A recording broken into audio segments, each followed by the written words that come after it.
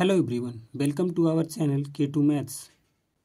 आज के इस वीडियो में हम क्लास 10th के पॉलिनोमियल चैप्टर के एक्सरसाइज 2.2 के क्वेश्चन नंबर 2 को करेंगे, जो कि इसके क्वेश्चन नंबर फर्स्ट के क्वेश्चन के same opposite question number second है। उसमें हमें नंबर्स ऑफ जीरोस ज्ञात करने थे, यानी सॉल्यूशन ज्ञात करना था।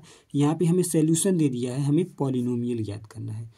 यहाँ पे दिया हुआ है find a quadratic polynomial each with the given numbers as the sum the product of its zero respectively. यानी इसमें कहा गया है कि हमें क्वाड्रेटिक पॉलिनोमियल ज्ञात करना है, इसमें सम और प्रोडक्ट दिया हुआ है इसके जीरो का। ठीक है, यानी ये जो हमारा सॉल्यूशन है इसका सम और प्रोडक्ट है, यानी अल्फा प्लस बीटा की वैल्यू ये है और अल्फा इंटू बीटा की वैल्यू -1 है। सबसे पहले हम सम ऑफ प्रोडक्ट लिखेंगे, यानी alpha plus beta is equal to होता है हमारा -b/a।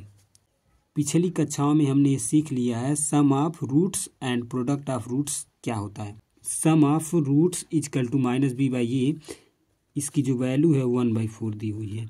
तो यहाँ से हम कंपेयर करके a की वैल्यू निकालेंगे। तो यहाँ से हमारा जो -v इज इक्वल टू होगा 1 आ जाएगा। तो ऐसे v की जो वैल्यू मिली हमारा -1 मिल गया।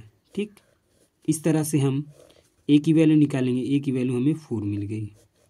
देन अब हम क्या करेंगे, प्रोडक्ट ऑफ रूट लिखेंगे, यानी alpha into beta is equal to होता है c/a। ठीक, a इज इक्वल टू दिया हुआ है -1। अब यहाँ से हम c/a इज इक्वल टू -1 दिया हुआ है, तो यहाँ से हम c की वैल्यू निकालेंगे। c की वैल्यू के निकालने के लिए हमको a की वैल्यू पता है, a की वैल्यू यहाँ पुट कर देंगे। तो यहाँ से c/4 इज इक्वल टू -1। अब यहाँ से 4 इधर डिवाइड में है, उधर जाके मल्टीप्लाई होगा, तो c की जो वैल्यू आ जाएगी वो -4 आ जाएगी। अब हमको यहाँ से a, b, c की वैल्यू मिल गई। अब हम क्या करेंगे, इसे क्वाड्रेटिक पॉलिनोमियल के स्टैंडर्ड फॉर्म में पुट करेंगे। क्वाड्रेटिक पॉलिनोमियल का स्टैंडर्ड फॉर्म हमारा होता है ax² + bx + c। इसी में हम a b c की वैल्यू पुट करेंगे, जिससे हमारा पॉलिनोमियल आ जाएगा। तो आइए हम इसमें a b c की वैल्यू पुट करते हैं। हमारा a की जगह पे हम 4 रखेंगे, क्योंकि a की वैल्यू हमें 4 दी हुई है। तो यहाँ पे हो जाएगा 4x²।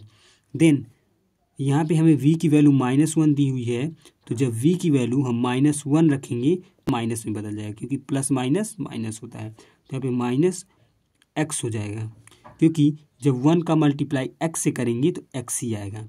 अब यहाँ पे हमारा +c दिया हुआ है एक्सटेंडर फॉर्म में, तो यहाँ पे हमारा c की जो वैल्यू है -4 है। तो -4 को जब यहाँ पे रखेंगे तो ये -4 हो जाएगा। यही हमारा क्या हो जाएगा, आंसर हो जाएगा। इस तरह से हम क्वाड्रेटिक पॉलिनोमियल को ईजिली निकाल सकते हैं।